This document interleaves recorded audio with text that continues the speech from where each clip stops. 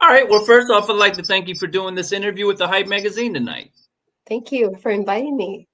Yeah, we're super excited for this opportunity. Can you tell the fans and listeners who you are and where you're from? I'm from Far, Texas, which is literally as far as you can get. It's literally we're 5 minutes from the frontera de Mexico, which is literally about I can literally drive in my car over there and get there in 3 minutes, Reynosa, Tamaulipas. So I'm by the frontera of Mexico. Now, Texas is what it is. so you're from Texas. What made you want to become a poet in the first place, and create these amazing works of art we're going to highlight tonight for you? Man, so I was part of the industry for a while. I also had the pleasure, God rest his soul, Insane Wayne. I worked really closely with Insane Wayne. Wow. And he always used to be the one to push me to tell you. He would be like, yo, sis, like, you do all this stuff for other people. Like, have you ever considered of maybe doing a book or doing something, more poetic, just stuff that you yourself like? Because I was always writing lyrics for other people, right? And Okay. Yeah. it So wasn't you're a writer. Okay. yeah, so it wasn't really my thing. I'm not gonna lie. Like, in none of my poetry, you can kind of hear it. It wasn't my thing to do all that stuff. So I was like, you know what? Maybe you're right. I'll do it one day. And I just said, you know what? After unfortunately I lost him and he passed, I was like, you know what? It's time to publish. Like, I have to push. I have to shove. I have to push. Okay. And so I started writing. I've been writing now for about 17 years. As a writer, period. I've worked for companies like Telemundo. I did infomercials for Telemundo, scripting for Telemundo, and stuff of that nature. So I've always been obsessed with you telling a story, right? And other people can connect to the story, or whether it's something that they've been through or something they might want to get into. And you're like that little push for them, the way that I was too pushed, right? So that's what it is. I love to write. Rhymes is my thing. I love rhyming. Everything to do with rhymes, I love. So you said you were. So were you an artist first? Like you said, you were in the industry, writing for people. So how did you get started with that in the first place? How did you get that opportunity? Man, so there is a guy back in the day down here. I used to part own a club down here. And it was pretty cool. It was really neat. It was a really like fun little hip hop spot. And it was real underground. Like, I would do a lot of B-boy events. I'm real old school B-boy. And I brought in Supernatural. We had invited Supernatural to the show. We used to do B-Boy City in Austin. So it was like I was falling in love with the art and the art itself, like the hidden gem of the art when it comes to the industry, like the graffiti. And when it came to people saying, I've always kind of been in love with the storytelling, right? Like, b-boys, they tell a story with just their footwork and up rock and all this cool stuff. And you're like, man, that guy just told him off. But you don't really know it until you know it, right? And you feel it like, oh my God, it's about to get real crazy right now. Like, he just did that, And so that's what got me into it. I've been doing PR. I was in public relations for a long time. I part owned a club. So I converted the club into like the hip hop scene at the time. Because down here, you're from the frontera de Mexico. We didn't really have the hip hop scene down here like we wish we would have had it, because it's more like banda regional, conjunto tejano, because we're in the frontera. So being that, man, we kind of had to make our own little stuff happen. And so I fell in love with that, telling the stories. And so when I started with the industry, it was putting together more hip hop shows. I was bringing in a bunch of people. And then I started bringing in, like, I brought into my old club, like Trey Songz, the Yin Yang Twins, Trina, like all these. And I was always in love with it. So I was like, you know what? It'll be fun to write. And I did do some ghosting for a little while. And then I was just like, you know what? Let me just do it for myself. Let's see how this goes. And I love it. I have fallen in love with this new art. Like, it's kind of my escape. Every time that, you want to tell somebody off or something, you do it, but you do it with a pen in your hand and you're like, and you tell them subliminally, like, what's going on. So I've been doing it for now 13 years. And then the last 7 years I've been publishing. I've published 11 books. I'm working on my 12th. Congrats. Yeah. Amazing. Thanks. It's pretty cool. It's a really cool, neat space. Now going back, you said you started a club in Texas, to open up for hip hop. You see, I got hip hop is 50, so I'm with you. I love hip hop like that. Yeah. What made you take on that risk in the first place, and how did you get the opportunity to start the club? I had a friend of mine who was down here from Atlanta, and he was like my boss at the time. And he was Okay. like, hey, since I was already we were doing something completely different. That was performance contracting. And I was a translator going back and forth to Mexico, to Monterrey, Nuevo León. Okay. So he was like, hey, kid, if you have a certain amount of savings, don't waste it. Like, invest into yourself. He had to put me on game. I was born and raised in the hood. So in the Okay. hood, you really don't know, like, Yeah, no. about financial literacy, and like, hey, you make money and then you just spend money and then you just don't even know where the money went. It's like poof, it was there for 2 seconds in a split, right? And then he was like, hey, no, you're doing this the wrong way. And he sat me down and he kind of coached me. He mentored me, and he's like, hey, this is what we're going to do. We're going to partner up. And then that's how we ended up partnering up. It was really cool. He gave me that opportunity. And my thing was hip hop, because I was really obsessed with like Mos Def, Dead Prez, Talib, Supernatural, KRS, like the hip hop, right? And so that was it for me when I started bringing in a couple, and I was like, oh, okay, this works. This really works. It's cool. And then it was just selling out, because again, in that time, this is early 2000s, we didn't really have that hip hop space down here. Yeah, you had to create it for them. We had to create that for them. And so all my little hip hop friends ended up telling their hip hop friends. By the time you know it, I was just selling out. And there it went.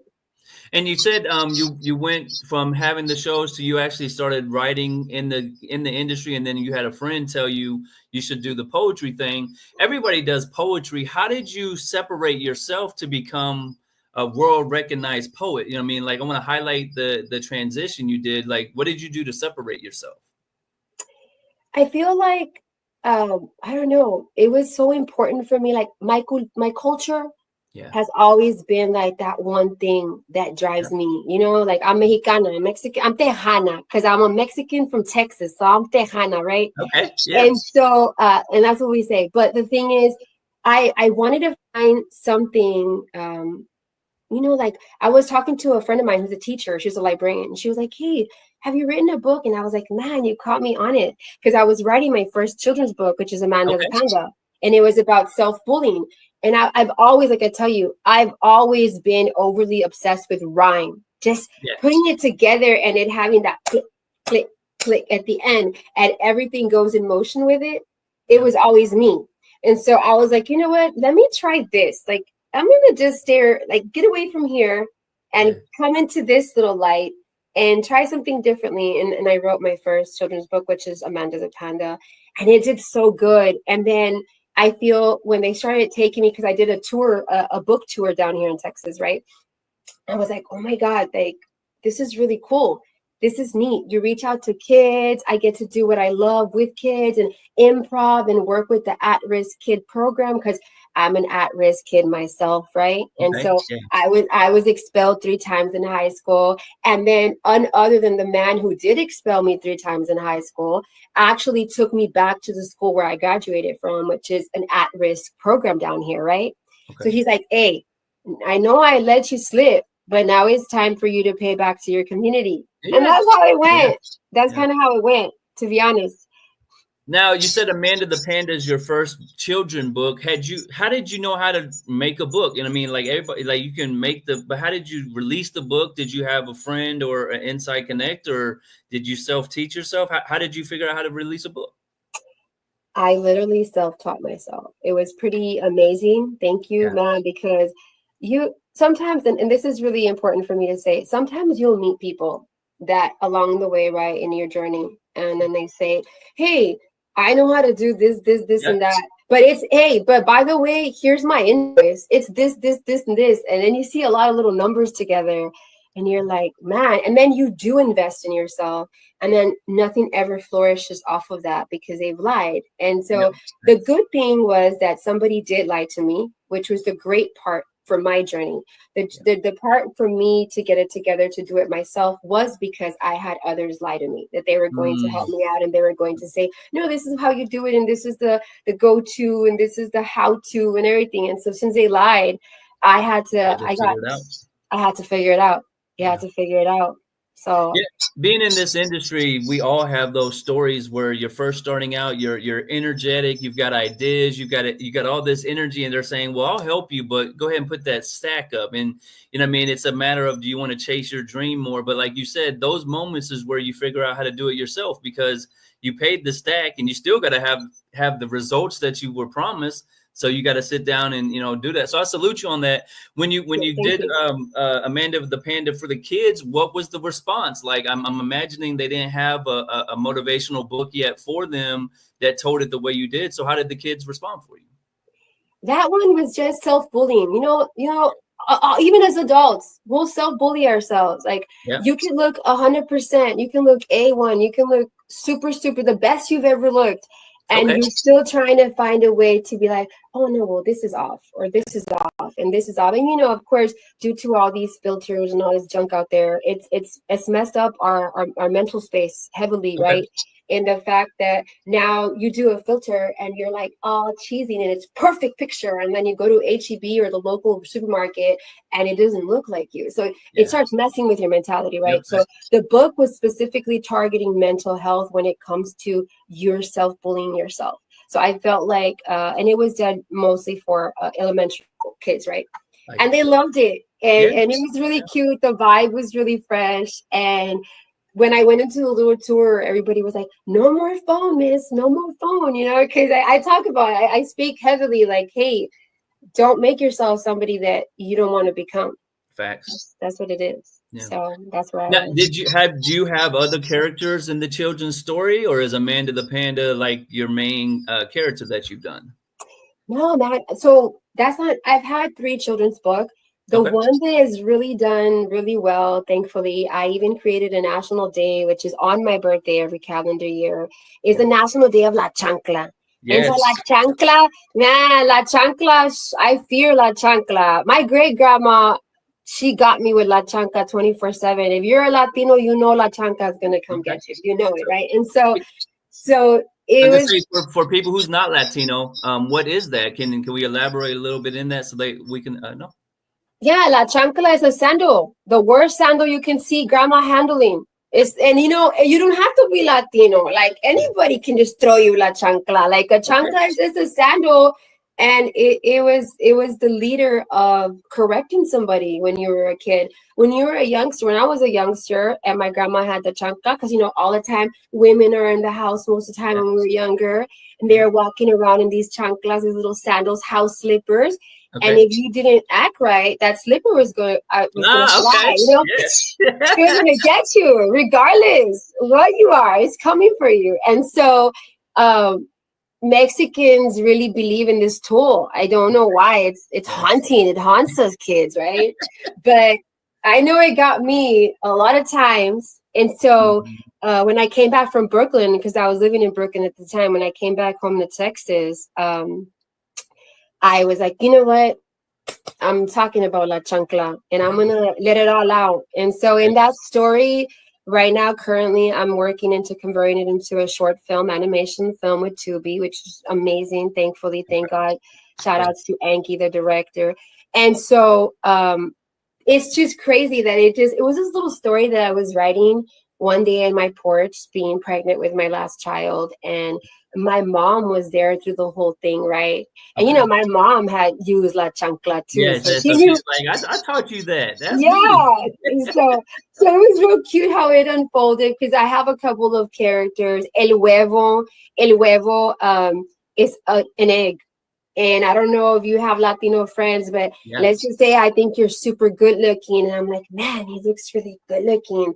Lo vas a ojear. You're going to put the bad eye on that guy because he's so good looking, you know? So you want to make sure that you grab the egg, and we call it a santiguada. And you usually pray over the person so that no bad spirit can harm that beautiful looking person, right?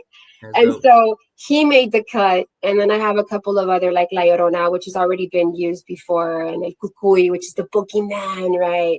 So that children's book has done very well. I'm very fortunate, very thankful.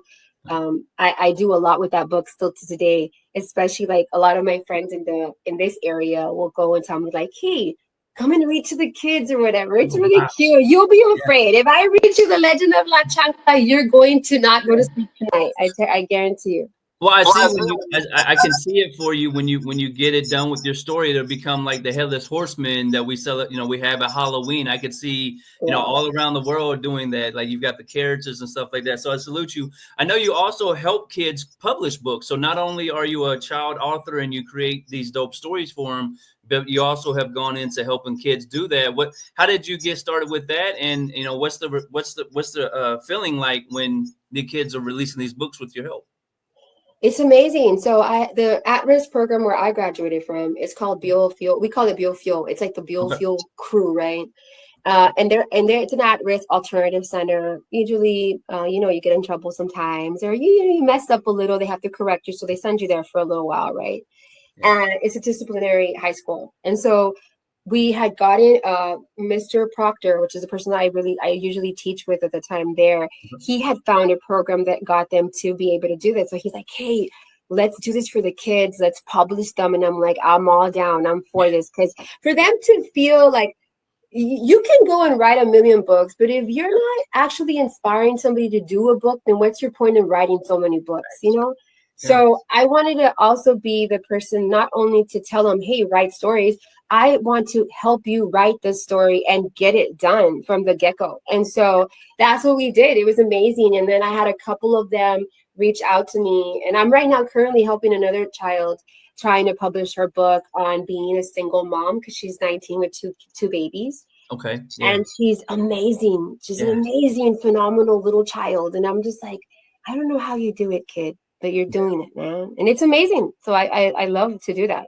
It's so amazing with kids. Like kids don't know what they can and can't do until an adult intervenes in their life. Like I was taught that if a kid, you give them a business card. So you tell me, what do you want to grow up when you grow up? You will get older. You say, I want to be a fireman. Well, I'm going to make you a business card that calls your name. I'm the fireman. And then it allows you that positive reinforcement. So I love that you're helping them create the book. So now they can imagine, not only is it, they can have their own book, but now they know what it takes to make their own book. So why can't they take that same skill set that you taught them and do anything else they want now? So like, I really salute you on that, because it's dope to give back to the community the way you do and help your fans like that.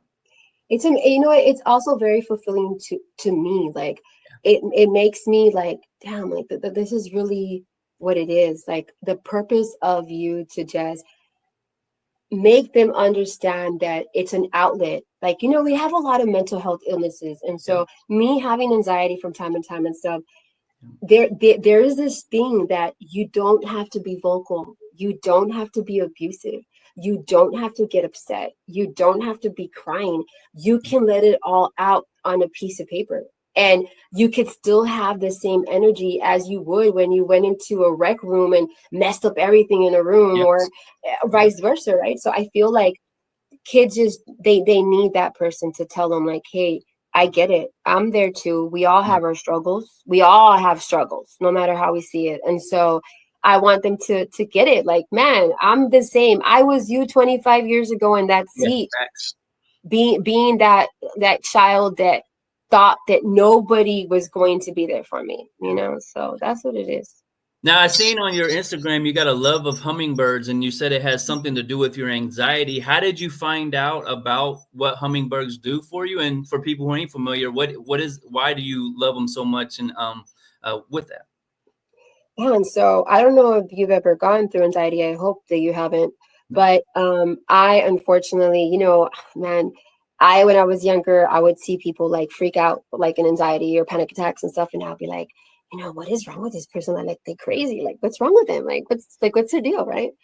But I was in the subway one day in Brooklyn and I passed out. I was working at Wall Street for a little while. That was fun. And I passed out. And this little Russian lady, real nice Russian lady, that's my homie still to today. She's all my social media. She woke me up and I was like, what in the world happened? She's like, I don't know. So she went with me. She really didn't even, we didn't understand each other. That was the craziest part. But we walked to that emergency room and like that she was there with me through the process until I was okay. But it was my introduction to that panic attack. And, if you know anybody who has anxiety, the first thing they're going to give you is Xanax, Yep. Xanax, Xanax, Yep. Xanax, you know, and they're trying to give you some kind of antidepressant to like just, you know, take care of their problem for the moment, get rid of you and see you later, hasta la mañana, right? Yeah. So I was like, this can't be it, because they gave me like the lowest dosage at the time. And I swear to you, I fell asleep for like 2 days. It was crazy. It was ridiculous. I felt like dumb. I felt like super lost. I felt like I was in a faint. I felt really crazy. And so I have a friend of mine who introduced me to grounding and earthing. And he was like, no, stay away from all those ugly clinical prescribed medications. And I'm going to hook you up with something way better. Okay. And I've always been a nature person all my life. And so I haven't looked back since. So I practice a lot of earthing. And I own 8 parrots. I've always been obsessed with birds, though. Everybody tells me like, oh, you just love birds. I said, yes, I've always been overly like, I just admire them. Their beauty, that they're just, they sing to you these beautiful songs with no words. It's just the sound, you know, it's a vibe. It's a total vibe. So I do own 9 parrots. And I have large aviaries outside that have them there, and they like free fly with me during the day. And then I do go through 50 to 60 pounds of wild seed a week in my garden, and I feed all the wild birds. You know, I'm from the South. I'm literally the tip of Texas. I'm South Texas. So guess what happens? All of these birds come south for the winter, and I get to feed them all. So I'm like, yes, they're my friends. I love them. Now that's amazing, because I know people that have anxiety, and sometimes anxiety is just, you just got too much going on at one time. Like you can't catch up. You need to slow down, and having a bird, just watching the bird and the ease of floating in air, flying. There's no rush. There's no, so I can imagine that. You got a poetry gang celebrating Hispanic Heritage Month that you've been a part of. You know, you're real big on helping your culture. Who are some of the people a part of the poetry gang? And, you know, I mean, what makes you want to continue to be a voice that you are for your Latino culture? Well, man, there's a really good friend of mine who we've become really good friends the past couple of years, and he is like the poetry gang leader. I always tell him, and he doesn't want to admit it. He doesn't even like to acknowledge he's part of the gang, but he's part of the gang. And so I'm like, his name is Daniel Ordaz. He's known as the poet mariachi down here. He's a good friend of mine, really, really amazing spoken word poet as well. Shout out to him. And he is like the leader of it. Like he always has me involved with this and that, or he's the one who puts like all the poets down here in this area kind of together. Like he keeps us together, and he keeps us going and moving and shaking and doing everything for the community. He does a lot of community. He's actually the Poet Laureate for the city of McAllen, Texas down here now, right? And so now I'm doing an event on the 21st because I was nominated for the state of Texas Poet Laureate. I was crying when I got this email. I was freaking out. I'm not gonna lie. I have done some crazy things in my career. Okay. But this one, for I don't know, like I just did a TEDx talk on poetry. Congrats. And thank you. And still, man, when you get the email and it has a state of your state, this is state, born and raised Texas, right? Texas made, Texas raised. And so when you get that email with the logo of the state of Texas, I was just like, what? I ran right into my husband. I was like, look what happened. And he was like, what happened? You know, he's from New York. He's from New York. So that's not working for me, because he's just real like, okay, you know, like, okay, what are we going to do next? You know, but it was a really amazing. And so that's who I stick it with here. That the leader of the gang is the poet mariachi guy. He's a really good friend of mine. And he is so helpful. When it comes to helpful, I mean, man, I can't explain to you how helpful he is. He's so talented, super. I mean, the knowledge is just there. Yeah. It's like, okay, imagine, so he is to us down here what KRS is to hip hop. Yeah, I was gonna say, yeah. You know, it's like, wow, the guy is just super full of knowledge, super humble, really cool, really chill vibe, and he just gets it. So it's amazing that I have him as a friend, to be honest. I'm really thankful. You mentioned the Texas Poet Laureate. Did you apply to get that, or were they just watching all the dope moves you were making? And then, like you said, when you got that response, what was the first thing that went through your head? You mentioned you're from Texas. You had some struggles growing up. Now your state is recognizing you. Can you go into that emotion that you had when you got that letter? I would cry again. I don't know, because it's crazy. I tell you, listen, I cried. Like, I mean, I'm talking tears of, like, I don't even, I was just crying and talking to my dad, because my dad is no longer with us, right? He passed in 21. And I got the email and I ran outside, and I have like a little memorial for my dad. And I just sat by my dad. Like, it was just too much for me. And I don't even know how it happened, to be honest. I don't know how or where it came about. I just know I got the email, right? And so I'm like, wait, I even asked my husband, like, hey, did you do this? Like, how do you do this? I was like, how did you do this? Like, how does even somebody do this for you? Like, my question, it was a lot of questions going on, right? Yeah. And so at this point, I'm just like, even the fact that I was nominated in the whole state of Texas, right? Because, we're the second largest state in the United States. And so, and everything's bigger in Texas. And so I'm just like, wait, if I don't even know. My husband's like, you need to calm down, because every time we talk about it, are you ready? Like, are you ready? And I was like, what? This is what I've been working my whole life for, like, to represent my state. And so, yeah, I'm just patiently waiting to get it. But either way, the fact that I was nominated itself for me is just like over the top.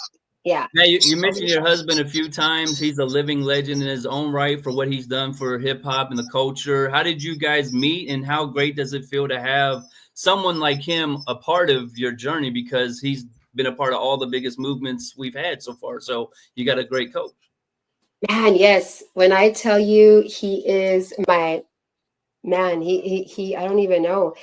He is just the most humble person you could meet in the whole industry. I mean, I know a few, right? But this one for sure, I'm just like, I even asked myself, like, how did I get so lucky to get this, this big timer guy? And I'm just a little girl from south of Texas. But how we met was really interesting. A friend of mine who I mentioned earlier, Insane Wayne, God rest his soul. Insane Wayne was working with his artist in Atlanta. And I lived in Atlanta at the time. I was living in Atlanta.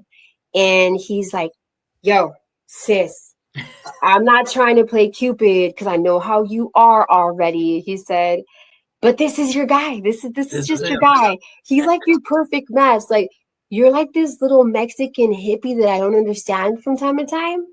And this guy is rock solid, but he doesn't like what I would like. And I'm like, that makes zero sense, right? That makes zero sense. But thank you anyway. So he was like, you have to give him a chance. I'm like, look, don't try to play Cupid on me. Like, this is not going to work. I'm really weird. And he's like, yeah, this is why I'm telling you. I wouldn't tell you any other way. Mm-hmm. And so he pushed it. And here we are 15 years later. 15 years later. It's amazing. And you know what? He has done so much for so many. It's crazy that I'm wearing his shirt now, the Rucker. I see that, yeah, Rucker. And so it's amazing. Everything that he's done is amazing. All the things that come out of his head. I'm just like, how do you come up with this stuff? Like, he's like, well, how do you write poetry? I don't know how to do that. And I was like, I've been trying to convince him to write a book, and he's just like, one ear comes out the other. It's like, la, la, la, la, So you're going to have to ghostwrite his book for him. You're just going to have to ask him 10 questions throughout the day when he's not paying attention, and then take your talents, and there you go. You got his book for him. I feel like he'll do it eventually. I feel like he has to, because it's so much important information for everyone else who wants to do what he's done. And I tell him, I'm like, man, you've done so much for the hip hop culture, for just itself when it comes to the marketing. I mean, this guy for marketing I don't even know how his brain functions. It's crazy. He's got like 20 different little brains in there working all around. And he's helped so many people. So I am really fortunate. 15 years with this man. So when you first do the you guys meet, did you know what he was in the industry, or was he just another average Joe? And then when did you find out he was who he was? You know, that's funny that nobody's ever asked me that, but that's a really good question. His artist, Dirty Den, was working with Insane Wayne, and he was like, yeah, I have this friend. I was like, okay, whatever. Like, I don't want to hear it. First of all, I'm not like, no offense, but I'm real into like underground hip hop. Like everything I listen to is real B girl, right? And so you have like all this rap. It wasn't ringing in my ring. Like the ringer wasn't there, you know? Yes. And so I was like, no, it's not gonna work out. He's like a rapper guy. Like, no, it's not gonna work out. It's just not. And so I knew that he worked with artists, and that's all I knew. Yeah, you knew he did artists. Yeah. So when we went out for the first date, it was just like, I told him, I said, hey, look, I'm from the freaking country. This is what we're gonna do. And I told him, this is what we're having. We had like the most simple day. We ate tacos, we drank wine, and we chilled. But then I started like knowing, I was like, oh my God, so what do you do? Like, I don't understand everything you do. I can't keep up. Yeah. But he liked the fact that I also was doing a lot of work for like at the time for like Telemundo and commercials. I had my own radio show myself at the time with La Patrona 107.5. So he was like, well, we're both kind of like in the same world. I'm like, no, I'm not. No, I don't, you know, we tried, but here we are. It's been amazing, an amazing situation. Now you mentioned TED Talk, amazing accomplishment. I don't know how many poetry people have been a part of a TED Talk, but what was your experience like? And was that one of your biggest? And was that a goal of yours? You know, because I gotta imagine in your lane, that's a pretty high honor. So was that something you were striving for, or once again, did it just come for you? Here goes the poet mariachi. The poet mariachi, Daniel, sends me an email because they were going to do the one here locally in my area. Okay. So he was like, hey, I have something for you. Look into it. And I was like, okay. So I looked into it. He goes, you should do this. And I was like, how is, you know, when you're from where I'm from, you don't see things like it's going to happen. It's not, more than likely it's not going to happen. You know, let's just be honest, right? And so when I submitted my application, I was like, okay, like, let me just submit my application. Let me do this, whatever, right? And when you're doing what you're doing, you don't pay attention to what you've done, right? And so it kind of just like compiles, and you're just like back and forth. I know I've done a lot of stuff because I love to work, and so it's something I enjoy. And so then you look at it and you're like, wait, oh yeah, I've done this and this and this and this and this and this, and it added up. So I was like, oh, okay. So when I got the email from TEDx, I was like, oh my God, I'm one of them. I got selected, and I was freaking out that I got selected. I didn't see that one coming at all, and I wasn't prepared for it. I didn't know I was going to do something like this. I saw a lot of TED Talks. I just didn't know I was ever going to do one myself. Okay. So I did it October 29th, this like 2 weeks ago or so. I did it October 29th.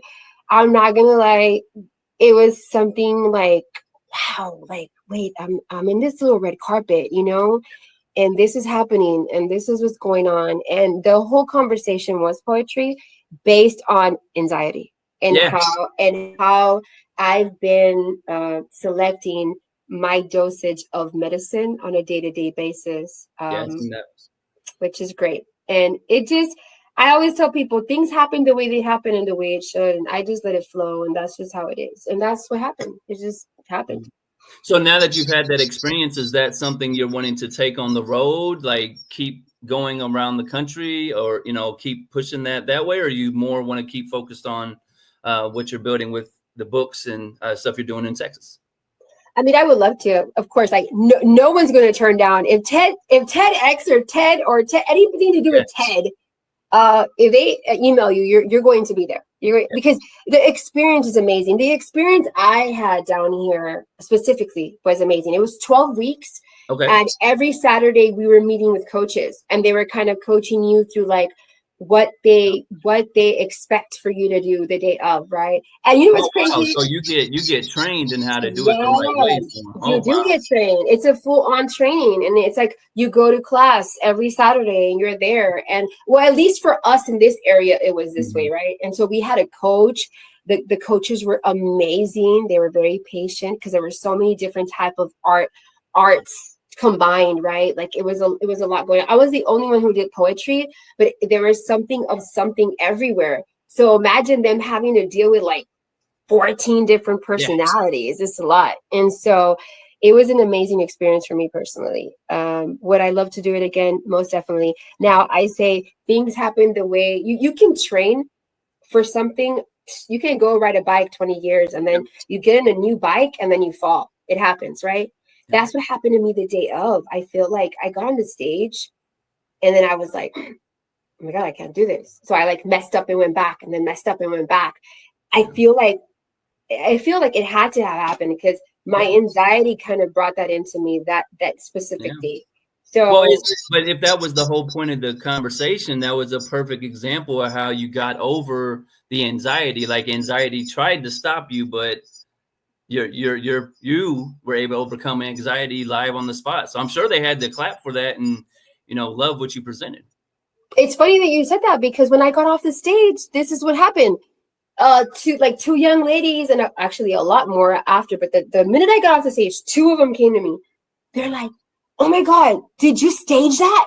I was like, what? Like, I felt so dumb. I'm not gonna lie. I was like, wait, what? What do you mean I staged it? She's like, no, did you stage that? Because it was just perfect. Like the whole vibe was perfect. I was like, oh no, I didn't stage it. I actually messed up. But thank you for like correcting it. Thank you for covering up for me because I did mess up, girl. And she was like, no, I love that you messed up. Like it went with the whole thing that you said. And I was like, okay, I did feel a little better. I'm not gonna lie. It helped me out. But now you've mentioned a lot of books tonight. Where can people go get your material? Like if they want to go get something for their kids or they want to go get the poetry, you got the daily dosage. Like where can we go get all your dope material? So some of the Barnes and Nobles will have some of the stuff. I know for sure locally here. I don't know anywhere else. I was told somewhere in Arizona too, but for sure Amazon. Anybody can go find me on Amazon. I'm all over Amazon there. And of course I have the link in like my bio and everything. So it's just there with everything there. Every single book that I've written is on there. Now you've highlighted a lot of dope stuff tonight. What's one of your personal moments throughout your career, either in the music, either in poetry, either in helping what's one moment that you remember that stands out to you? For me, it was going back. I think that in all my career, it was going back. When I came from Brooklyn back to Texas, when that principal that had expelled me 3 times came up to me and he's like, hey, maybe you should do this, maybe you should do that. Going back to the same school that shaped me who I am now, it was vital for me because it was like me reconnecting that it's completely okay not to be okay. Yeah. Like I'm okay with that.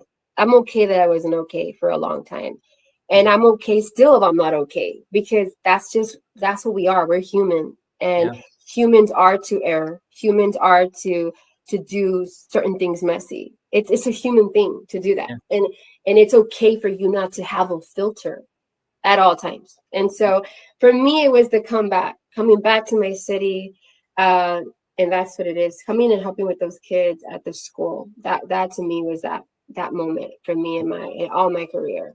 That's amazing. Now, do you have any advice for someone who either is an author who's trying to write their first book, or somebody who loves making poetry but doesn't know how to make it a career? Like any advice you would give them? Definitely self-publishing.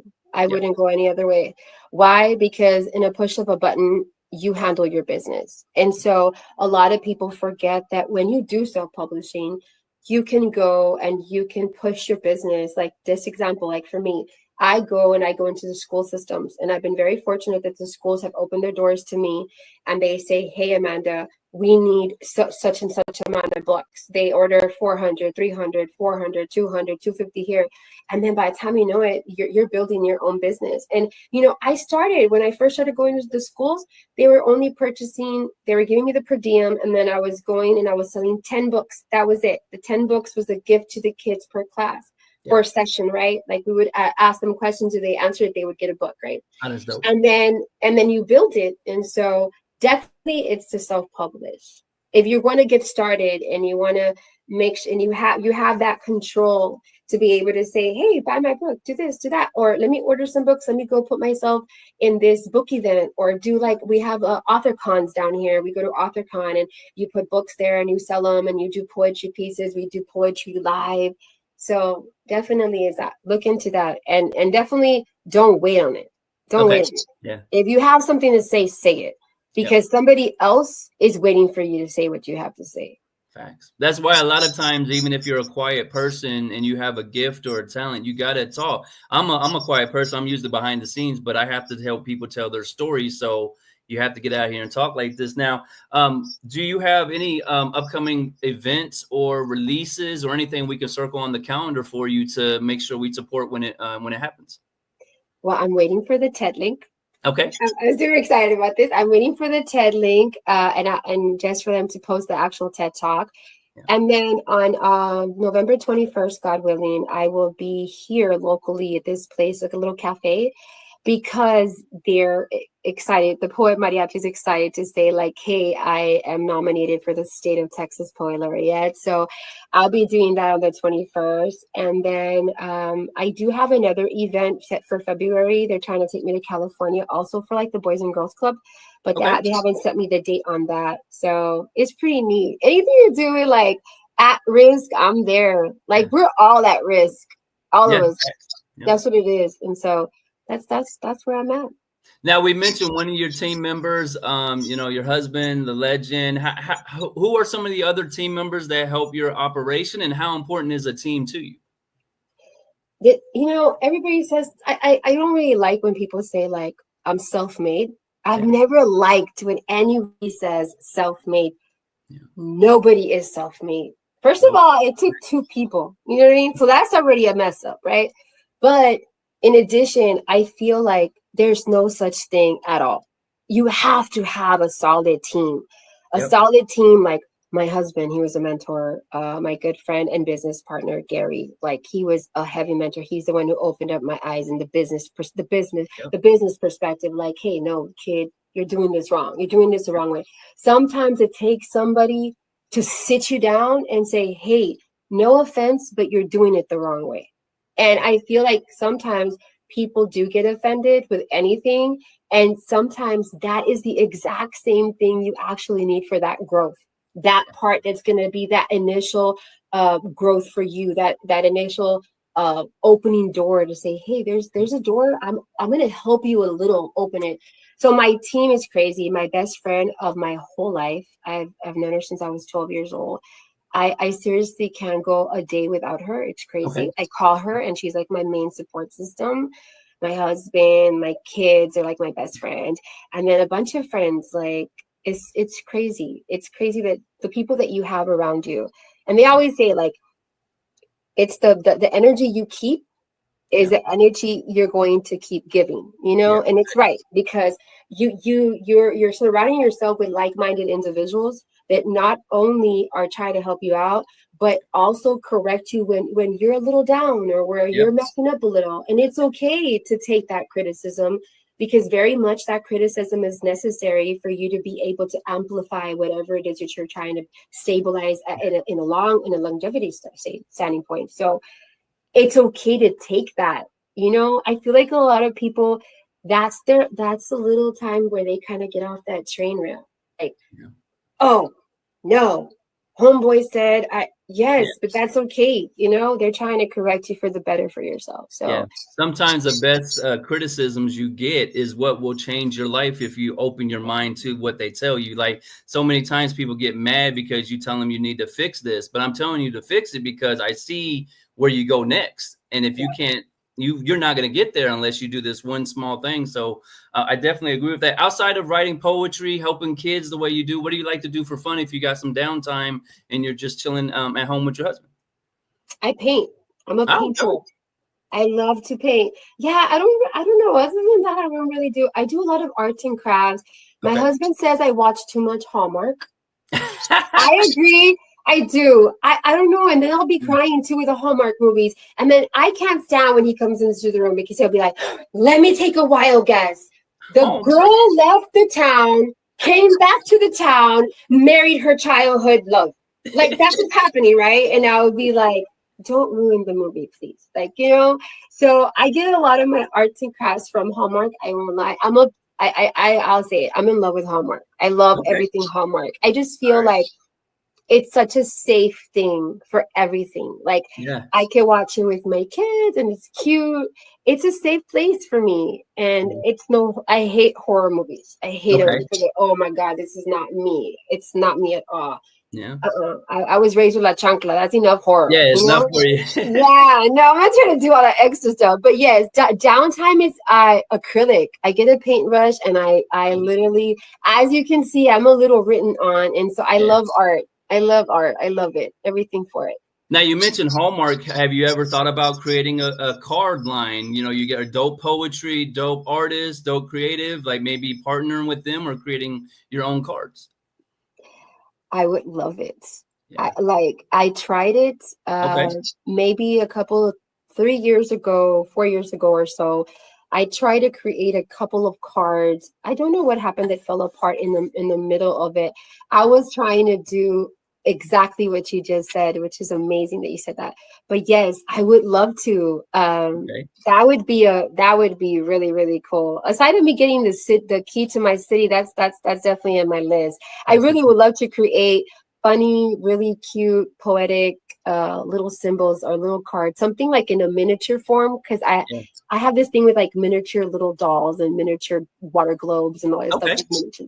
So it's something that you could just pocket and keep and just leave it there, you know, that doesn't take too much space and it is a space saving situation. That would be cute. So yeah, that's definitely something I would love to do. I definitely see that in your future for you. So I really appreciate this opportunity to talk to you tonight. Anything else you want to make sure we mention or discuss before we get out of here?